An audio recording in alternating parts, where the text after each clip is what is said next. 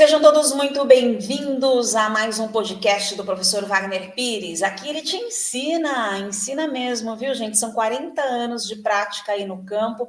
Ele te ensina a dominar o manejo de pastagens nas águas e na seca para você dobrar a rentabilidade da sua fazenda. O tema hoje, um capim polêmico, viu? É um tal de capim PT. E esse capim, olha, ele prolifera, é difícil de controlar. Então, esse é o tema de hoje, né, professor? Dá o seu oi aí para o pessoal. Olá, pessoal. Nós vamos discutir um assunto do momento, mas um assunto muito sério, porque essa invasora, que eu chamo normalmente de outras plantas, ela vem tomando conta da pecuária brasileira. É raro a gente encontrar uma fazenda que não tenha esporobolos. Muitas vezes a pessoa fala que não tem porque não conhece.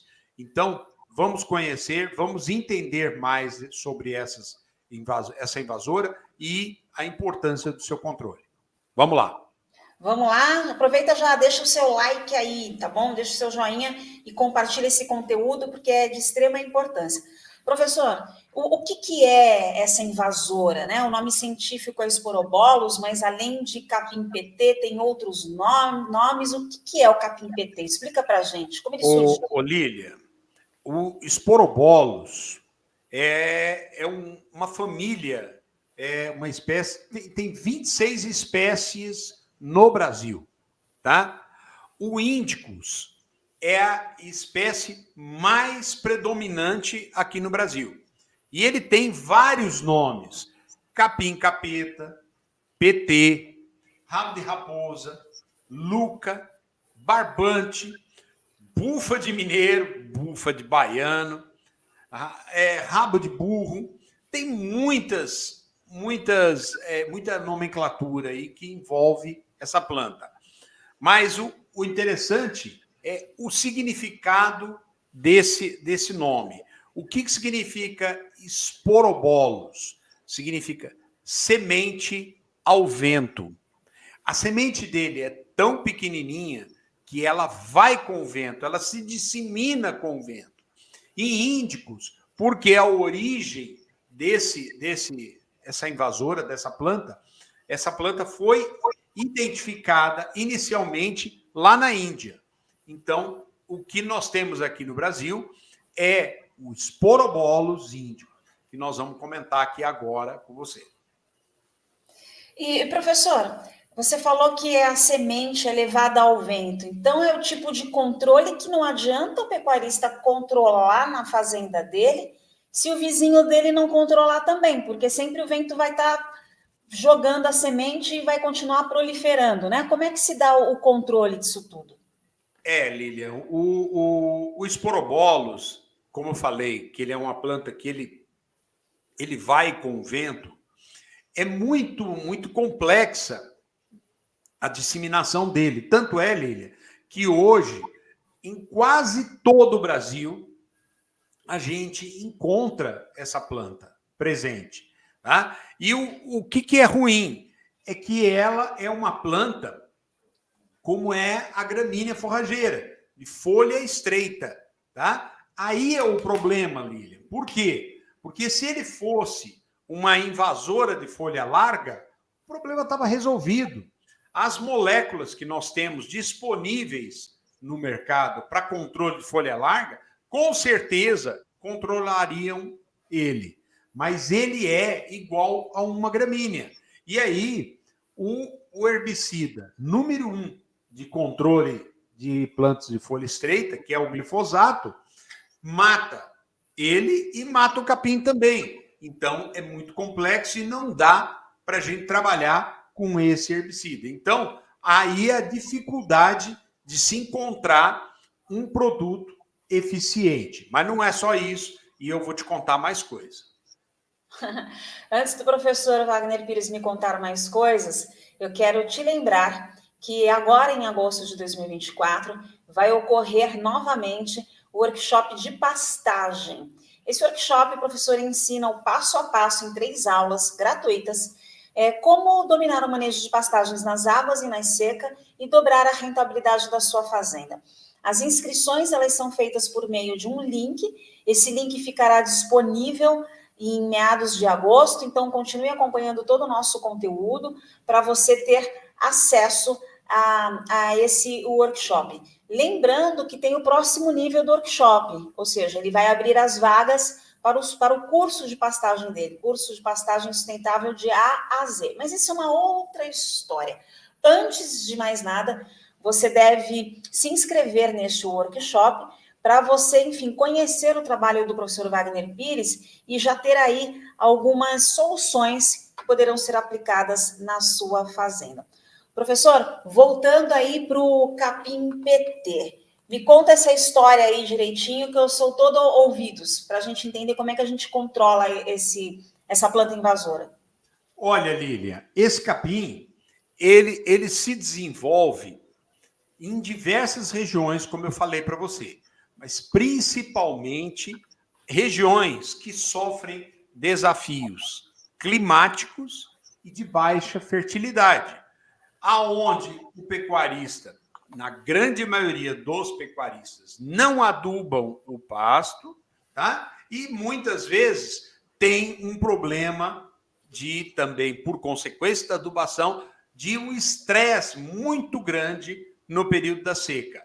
Através desse estresse que a planta sofre, ele vai se disseminando. E o pior de tudo, Lília, é que esse capim, ele já está rotulado como o capim das fazendas de baixa fertilidade, das fazendas mal manejadas, das fazendas que o pecuarista não zela da pastagem. E isso acaba acarretando numa desvalorização da propriedade. Agora, professor, quando que o pecuarista começa a perceber que o capim PT está tomando conta do pasto inteiro e a situação pode chegar no nível insustentável, por exemplo?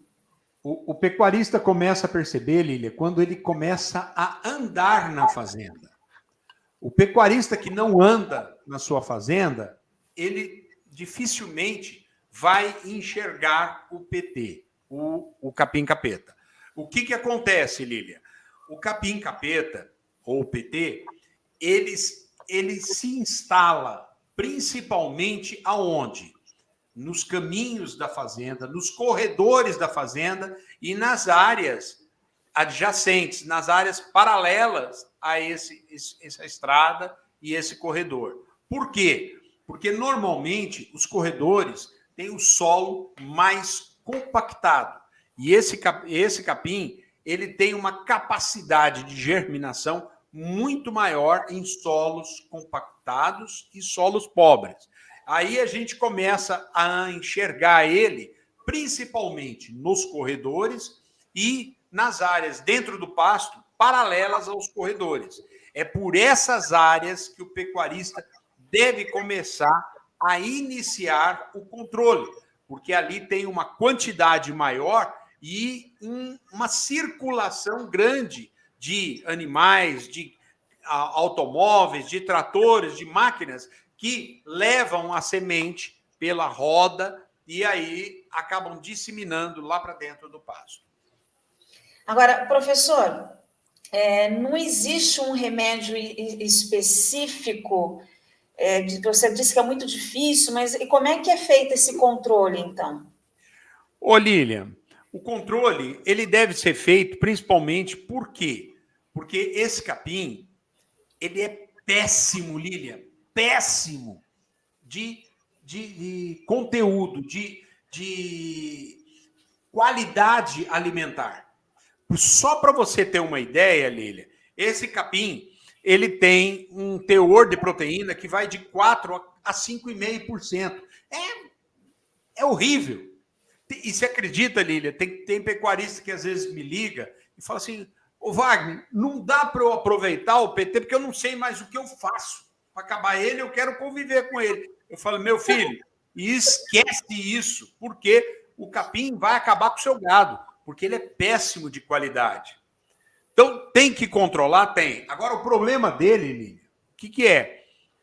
Ele é uma máquina de disseminação. Cada planta, Lília, isso é número da Embrapa, ela produz, em média, por ano, 200 mil sementes. Você imagina, Lilian Dias, uma planta produzir 200 mil sementes. E essas 200 mil sementes, com um vigor imbatível. Então, nós teremos 200 mil plantas ali, provavelmente, ou algo muito próximo disso. Então, a chance dele se disseminar e tomar conta da propriedade é muito grande. E ele tem ainda, Lilian, uma capacidade. Se você sair andando por uma fazenda e passar por ele gruda na sua bota, ele gruda na sua calça, ele gruda na sua roupa, no cavalo que você está andando, e ele vai andando. Se você estiver passando de carro, ele gruda na roda do carro e ele vai sementeando. Ele tem uma mucilagem na semente dele que gruda e lá na frente ele solta num outro lugar. Então é muito fácil dele se disseminar na fazenda, através do vento também. É uma praga, então, esse negócio aí? É uma praga. Olha, para você ter uma ideia, a palavra esporobolos significa semente ao vento. Então você imagina, ele vai com o vento, Lilian. Não, e eu tô rindo aqui, ó, rindo para não chorar, né? Pecuarista apelando, querendo conviver com o PT? É possível conviver com o PT, Por incrível que pareça. E o que acontece, Lília? Nós não temos ainda o produto, o herbicida, que a gente possa falar assim, esse herbicida é 100% eficiente. Em 2015, Lília, eu fiz um trabalho lá na Fazenda Igarapé e eu avaliei várias moléculas. Entre elas, Lília, eu avaliei a atrazina. E aí, o que aconteceu? Eu testei a atrazina no esporobolos e também testei em 18 gramíneas. E a atrazina foi uma das que menos deu fitotoxicidade no capim. E deu um relativo controle do esporobolos. Aí eu publiquei o trabalho, tá? E divulguei isso aí. Olha, atrazina controla. E o pessoal começou a experimentar e fazer uso da atrazina. Aí começou a chegar os comentários. Olha, Wagner, aqui na minha fazenda no Pará não está funcionando. Wagner, olha, aqui no Mato Grosso não está dando problema. Não está funcionando. Aí teve gente que começou a aumentar a dosagem. E isso encarecia. E eu fiquei encucado. Porque eu falei, caramba, onde é que eu errei? E o que eu tinha feito de interessante, Lília? Eu fui lá no campo, porque como era um dia de campo, eu preparei toda a área para mostrar.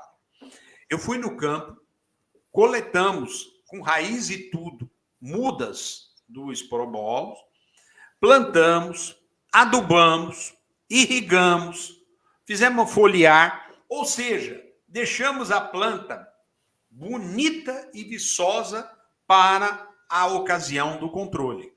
Quando nós fizemos a aplicação dos herbicidas, a planta estava, Lília, bonita e viçosa e verde, vegetando. E fizemos a aplicação. O que aconteceu? A atrazina funcionou. Nas grandes maioria das fazendas, Lília, a gente, como ele produz semente, Lília, 8 vezes no ano. Então, ele acaba um ciclo, começa outro. Acaba um ciclo, começa outro. Então, a probabilidade de você pegar entre um ciclo e outro, e aí, após ele produzir semente, ele dá uma fenada, ele dá uma secada, depois volta novamente, você pegar nessa fase é grande. E aí, Lilian, esse é o segredo do controle do esporobolos. É você encontrar um momento em que a planta está receptiva para morrer. Está verde, está fazendo fotossíntese. Aí você aplica o produto e mata. Hoje em dia, já tem empresas trabalhando com produtos que vão facilitar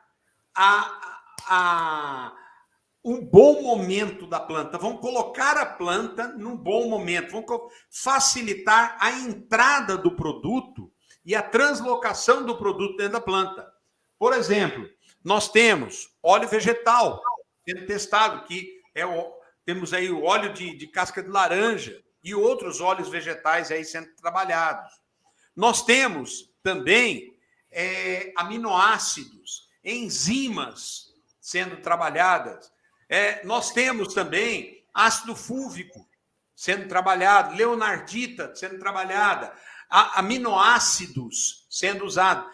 Esses produtos que geram saúde para a planta, tá? Enzimas, aminoácidos, esses produtos viabilizam a entrada do herbicida dentro da planta e a translocação desse produto para até matar a planta. Então, ainda nós temos algumas moléculas hoje, que não é mais somente atrazina. Hoje nós temos atrazina e mesotriona. A atrazina com a mesotriona dá uma mistura muito boa, muito bem bolada, que aumenta, potencializa a morte do esporobólus. Então, eu acho que, a curto espaço de tempo, nós teremos outras moléculas entrando no mercado. Porém, é fundamental, para eliminar essa praga, que nós usemos alguns produtos que vão potencializar, como, por exemplo, esses aminoácidos, esses hormônios e essas enzimas aí que podem viabilizar o produto. É muito importante que o pecuarista experimente, faça o teste. Muita gente, às vezes, me liga e eu falo, olha, eu acho que assim funciona, assim não funciona. Mas o Brasil é uma diversidade muito grande. O pecuarista tem que experimentar, tem que fazer o seu teste, tem que avaliar o produto. E aí, se ele encontrar a melhor forma de controle, ele deve aplicar, mas deve controlar e não deixar o esporobólus ao vento, não. Professor, quer dizer, então, que tem que tratar para poder matar, é isso? Nós temos que tratar para poder matar. E aí é o que eu estou falando para você. A gente tem alguns produtos. Então, vou repetir, Lília. A gente tem aminoácidos, nós temos enzimas, nós temos hormônios, nós temos produtos à base de leonardita, tá? Ácido fúlvico. Então, tudo isso, produtos à base de nitrogênio, que potencializam a entrada desses produtos na planta. O pecuarista deve experimentar, testar e tirar as suas conclusões. O óleo vegetal ajuda muito, tá? Nós temos vários óleos vegetais, eu tenho usado muito o óleo de casca de laranja, que dá um bom resultado. Eu testei ele na fazenda Igarapé, mas existem vários tipos de óleo vegetal aí que podem potencializar a preparação da mistura na hora da aplicação. E, professor, só porque às vezes um leigo, né, que não é nem da pecuária, né, do nosso setor, pode, enfim, assistir esse podcast e fazer mau juízo do agro como um todo. Tudo se aplicado de uma maneira responsável, dentro do receituário, não afeta em nada a saúde do animal e nem humana também, correto? Correto, Lília, correto. Ô, Lília, mas eu tenho uma notícia boa, muito boa, para quem está com problema de esporobólus. Tem? Então vamos lá, que notícia é essa? Manda. Você não quer dar a sua antes? Ah, qual? Do workshop? Workshop. Entra. Olha isso daí, ó. Ó, professor, mais antena. Vamos lá, ó. Eu tenho uma notícia muito boa, Lília, para dar para quem está querendo controlar o esporobólus. Olha só, O professor realiza apenas algumas vezes ao ano o workshop de pastagem. É um workshop que te ensina a manejar, dominar o manejo de pastagem nas águas e nas secas e ainda dobrar a rentabilidade da sua fazenda. Só que dentro dessas 3 aulas do workshop, são 3 dias de aulas, ele ensina uma série de coisas. Ele fala sobre análise de solo, diagnóstico de pastagem, sobre pragas, plantas daninhas, outras invasoras, ele fala um monte de coisa. Então, você não pode perder esse workshop, porque se você tiver problemas com invasoras, com pragas, ali é o pontapé inicial para você fazer o manejo correto. O professor, se você prestou bastante atenção nesse workshop, você percebeu que o capim-capeta ele tem uma atuação maior em solos em fazendas de baixa fertilidade, solo de baixa fertilidade. Por isso, se você aprender a manejar adequadamente o seu pasto, a chance de você ter capim PT ou dele se alastrar é muito menor. Estou falando alguma besteira, professor? De jeito nenhum, Lília. Inclusive, olha, isso aqui é um ponto muito importante para quem precisa controlar o esporobolo. Se você tiver mais do que 40% de infestação na sua área, não vale a pena economicamente você fazer recuperação. É mais vantajoso você fazer uma reforma. Como proceder essa reforma? Vamos lá. Você vai usar glifosato, por quê? Você vai matar o capim que tem lá e vai matar o esporobolos também. Tudo. Seca tudo. Deixa tudo estorricado. Aí, morreu, tá seco, maravilha. Você entra com uma grade intermediária e fazendo várias intervenções no solo. Se você, presta atenção, se você conseguir enterrar 3, 4 centímetros a semente do esporobolos, nunca mais ele vai germinar. Só se você trouxer ele para cima outra vez, tá? Então, se você encobrir e jogar para baixo o banco de semente que existe e enterrar ele bem enterradinho, não germina mais.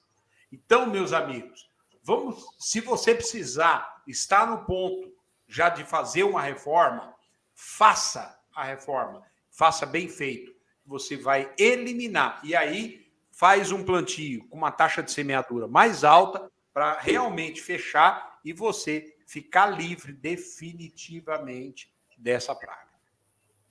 Professor, tem gente que tenta e tem alguma eficácia isso ou é um trabalho em vão? Tentar ficar arrancando manualmente? É um trabalho em glória? Olha, Lília, tudo é válido. O problema, sabe o que é? Mão de obra está caro e a qualidade da mão de obra cada vez está pior. Então, o que acontece? O pecuarista contrata na boa índole, tá? Um grupo de pessoas para fazer um trabalho de arranquio. Quando ele vira as costas e vai para outro lado da fazenda, o pessoal não cobre, não arranca, não some com nada, balança ele até para cair mais, para depois ter mais trabalho para ele na fazenda. Então, eu não acredito nisso. Eu acredito no trabalho técnico, no trabalho bem feito, com produtos que realmente funcionam, e aí você vai ter um êxito. Lembrando que o arranquio ele é uma operação cara, muito cara. Então, é mais interessante você fazer a dessecação, fazer a reforma e ficar livre definitivamente nessa área do esporobolos. Professor, de qualquer maneira, requer também um plano de monitoramento para não voltar? Como é que é feito esse plano? Bem lembrado, Lília, você falou uma coisa importante. Pecuarista tem que ter consciência de que você não consegue ter 100% de controle. Normalmente, quando você faz aplicação num pasto que já existe, você pode conseguir, quando muito, 60% da área de controle da área que você tinha. No que vai acontecer? O banco de semente que já existe lá no seu solo, com as primeiras chuvas, vai germinar e vai voltar. Você faz uma segunda aplicação. Depois faz uma terceira aplicação. Você vai diminuindo esse banco de semente. Então, você não consegue eliminar o esporobolos em definitivo com uma única aplicação. Você vai precisar de 2, 3, 4 aplicações até chegar no ponto que você vai estar fazendo só catação aqui ou ali. Outra coisa que você deve tomar muito cuidado é evitar a entrada de tratores, de máquinas dentro do pasto. Tá? Por quê? Porque quando essa máquina passa numa área de esporobolos, a probabilidade da semente grudar na roda do trator e ela ir se disseminando e caindo ao longo do trajeto que o tratorista vai executar dentro do pasto, e isso é muito grande. Então, de vez você eliminar, você dissemina ele. Então, evite o tráfego de máquinas dentro da área. Se você andar com um trator numa área, quando você vai sair, é interessante, às vezes, carregar uma vassoura, o tratorista dá uma limpada, principalmente nos pneus, nas grades do trator, embaixo do peito de aço, e aí elimina se tiver alguma semente grudada. Infelizmente, esses cuidados são importantes. Perfeitamente, professor. Para a gente encerrar o nosso tema, que é controlar o capim-PT, ficou alguma informação de fora que você, ou melhor, queira acrescentar? Não. O que eu chamaria atenção, o que hoje nós temos de herbicida é atrazina e mesotriona. Atrazina e mesotriona mata. Porém, atrazina e mesotriona, de repente, se não a planta não estiver no estágio adequado, você vai necessitar de uma outra planta para fazer, um outro produto junto para fazer a aplicação. Então, se você fizer a aplicação de atrazina, mesotriona, usando outros produtos que facilitem a penetração, como, por exemplo, hormônios, enzimas, aminoácidos, óleo vegetal, você pode ter um bom resultado. Testa, experimente e você vai chegar às suas conclusões. Por enquanto, é atrazina e mesotriona que a gente tem. Vamos torcer para que, em breve, a gente tenha outras moléculas aí para a gente fazer o controle e a gente possa trabalhar com produtos mais eficientes. Lembra o pessoal aí que o PT, professor, ataca em solos de baixa fertilidade e daí a importância de participar do workshop. Fala um pouquinho do workshop para a gente. Olha, o pasto foi feito para capim e não para invasoras. Se você não der espaço para o surgimento de invasoras, tá?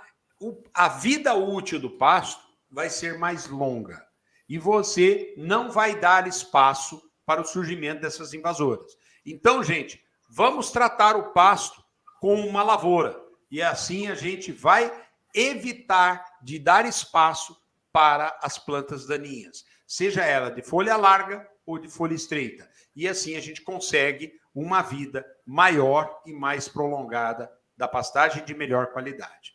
Tá bom? Perfeito, professor. Lembrando que a gente ainda não tem, por enquanto, as datas do workshop, que vai ocorrer agora em agosto de 2024, mas continue acompanhando o professor Wagner Pires aqui nas redes sociais, os podcasts dele, também como os vídeos dele, que são muito bons, vídeos rápidos e com conteúdos cirúrgicos lá no Instagram, Wagner Pires Professor, @Wagner Pires Professor, lembrando que Wagner é com W e o G é mudo, para você ficar atento em relação aos dias desse workshop e também ao link, inscrição 100% de graça, tá? É só cair para dentro. Professor, valeu por mais esse podcast. Obrigada aí, viu? Grande abraço, Lília. A gente se encontra logo mais aí. Tchau, tchau. Tchau, tchau.